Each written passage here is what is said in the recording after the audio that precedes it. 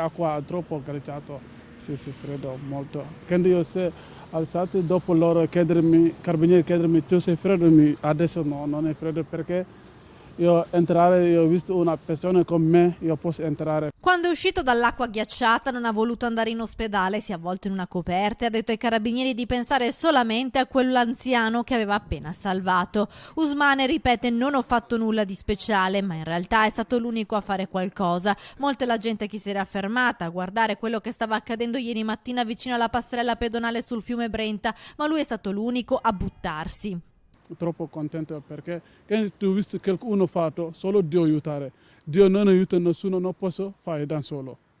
Io molto contento oggi, ti giuro. È arrivato nel Padovano esattamente 3 anni fa, il 28 gennaio, prima nel lab di Bagnoli di Sopra, poi accolto a San Pietro in Gu, e ora vive in città e tutti i giorni va al lavoro a Limena. Anche ieri mattina, solo che appena uscito di casa, ha visto l'anziano che si era buttato nelle acque gelide del Brenta e lo ha salvato.